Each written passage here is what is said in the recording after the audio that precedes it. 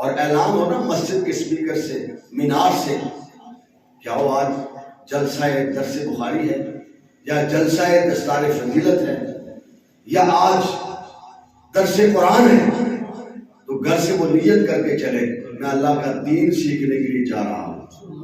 میرے نبی فرماتے ہیں وہ چلتا ہے دین سیکھنے کے لیے، فرشتے اس کے پاؤں کے نیچے پر بچھا رہے ہیں۔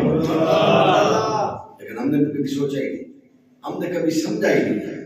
تو سر ماہ مبارک جو ہے وہ ایمان کو مضبوطی عطا کرتا ہے، ماہ مبارک روح کو طاقت دیتا ہے، ماہ مبارک نورانیت عطا کرتا ہے، ماہ مبارک روحانیت عطا کرتا ہے۔ ماہ مبارک میں بڑی برکتیں ہیں، ماہ مبارک میں بڑی عظمتیں ہیں۔ میرے آقا کریم علیہ السلام نے غلام حضور علیہ السلام نے فرمایا یاد رکھو ماہ رمضان کی یہ ایک بڑی عظمت ہے کہ ماہ رمضان میں ہر فرض کا بدلہ 70 فرضوں کے برابر کر دیا جاتا ہے، اور ہر نفل فرض کے برابر کر دیا جاتا ہے۔ اندازہ کریں نا، 2 نفل آج کل آپ پڑھتے ہیں، آپ کو 2 نفل کا ثواب ملے، لیکن یہی 2 نفل آپ رمضان میں پڑھیں گے آپ کو 2 فرضوں کے برابر ثواب ملے۔ اور جو شخص 2 فرض پڑھے گا اللہ کریم اس کو 70 دنیا 140 فرضوں کے برابر ثواب ملے۔ بتائیں رمضان کی کتنی برکت ہے، اور جو اس رمضان میں بھی محروم رہا۔ ابھی 20-25 سال پیچھے آپ چلے جائیں، میں نے اپنی ہوش میں خود اپنی آنکھوں سے دیکھا، آپ میں مجھ سے زیادہ عمر والے لوگ بھی بیٹھے ہیں، آپ نے بھی دیکھا ہوگا ضرور کہ اس وقت لوگ زیادہ تر کام ہاتھ سے کرتے تھے، محنت کش لوگ تھے۔ یہ مشین بھی ابھی 25 سال کے اندر اندر آئی ہے۔ پہلے کڑھائی کا کام، لوہے کی کڑھائی ہاتھ سے ہوتی تھی، ودان لوگ چلایا کرتے تھے لوہے کا بہت بڑا، لیکن روزہ رکھتے تھے۔ ان کے اندر ایمان کی طاقت بہت زیادہ تھی، جسم کی طاقت، بڑے بڑے کمزور لوگ بھی ہم نے دیکھے، لیکن وہ جسم کی طاقت سے نہیں چلتے، روحانیت کی طاقت سے چلتے تھے۔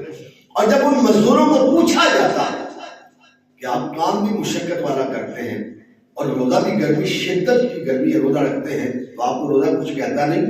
تو میں نے اپنے کانوں سے سنا، وہ کہتے ہیں روزہ کیا کہتا ہے، روزہ اپنی جگہ، مشقت اپنی جگہ۔ یہ ہے وہ ایمان کی مضبوطی، یہ ہے وہ تقویٰ جو روزہ رکھنے والے کو روزہ تقوی کی دولت عطا کرتا ہے۔ یہ وہ تقویٰ ہے، وہ کہا کرتے ہیں میں روزہ کچھ نہیں کہتا، روزہ اپنی جگہ، محنت اپنی جگہ۔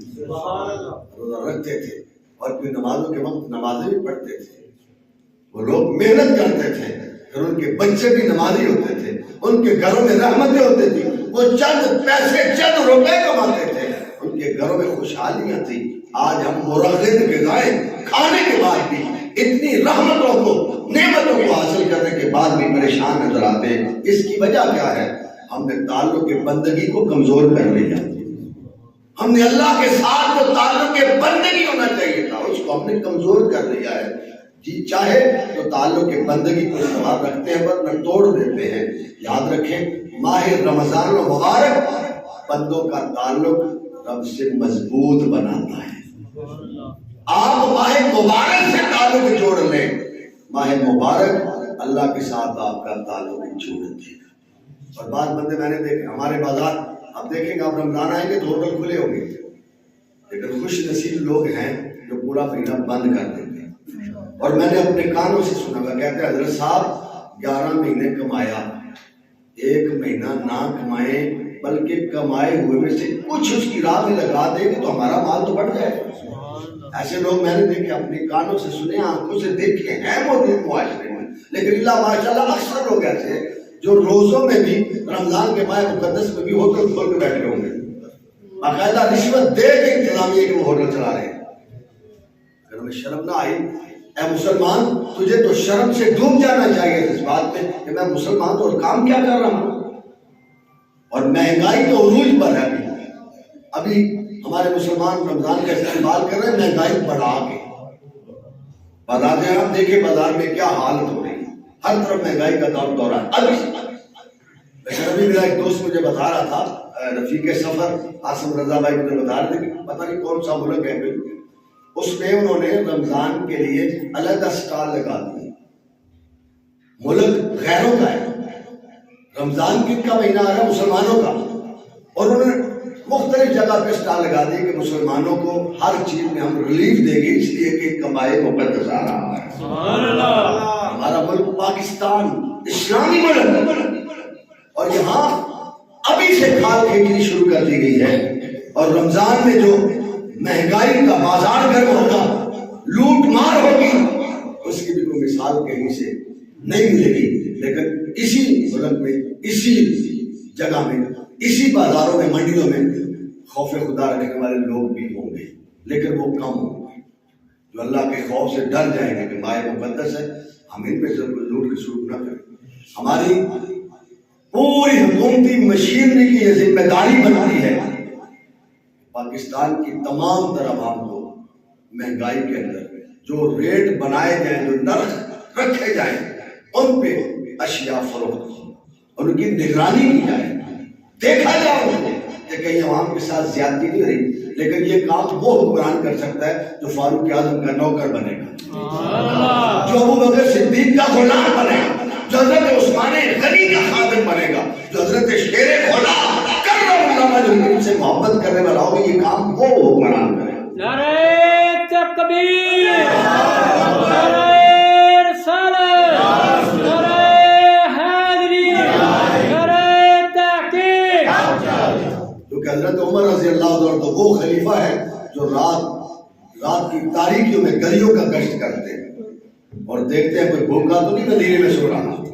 آئے ہے آپ تو یہاں تک کہتے ہیں اگر دریائے دجلہ کے کنارے بکری کا بچہ بھی بھوکا مر گیا تو عمر سے قیامت کے دن پوچھا جائے گا۔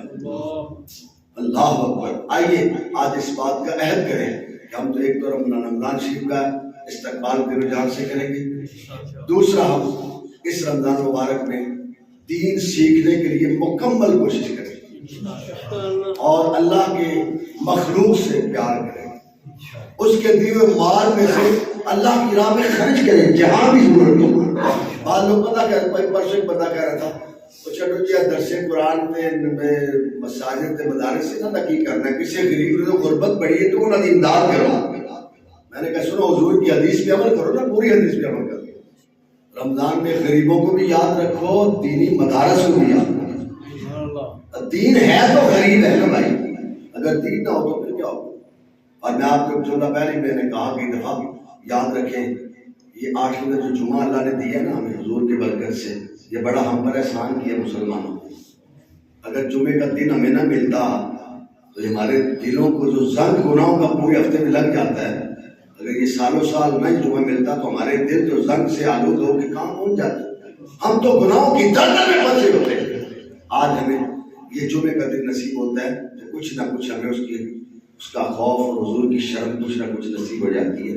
تو یہ دین آج میرا اور آپ کا ایمان اگر بچا ہوا ہے تو یہ دینی طبقے کی وجہ سے، علماء کی برکت کی وجہ سے، علماء کی دعاؤں کی وجہ سے یہ ہے۔ ایسے وفاد کرام، یہ بچے مدرسے میں پڑھتے ہیں نہ، اور آپ سوتے ہوتے ہیں، لیکن یہ مدرسے کے بچے صبح اٹھ کے قرآن پڑھ رہے ہیں اور 24 گھنٹے میں سے تقریباً 18 یا 16 گھنٹے لازماً ہر نماز کے بعد یہ دعا کرتے ہیں، یا اللہ میرے ملک کی خیر فرما، میرے ملک پاکستان کی عوام کی خیر فرما۔ ہم تو اپنے کاموں میں لگے ہیں اور یہ حفاظ یہ پڑھتے بھی رہتے ہیں، پھر پڑھنے کے بعد یہ مصلی بھی سناتے ہیں اور ساری زندگی مصلی سناتے ہیں۔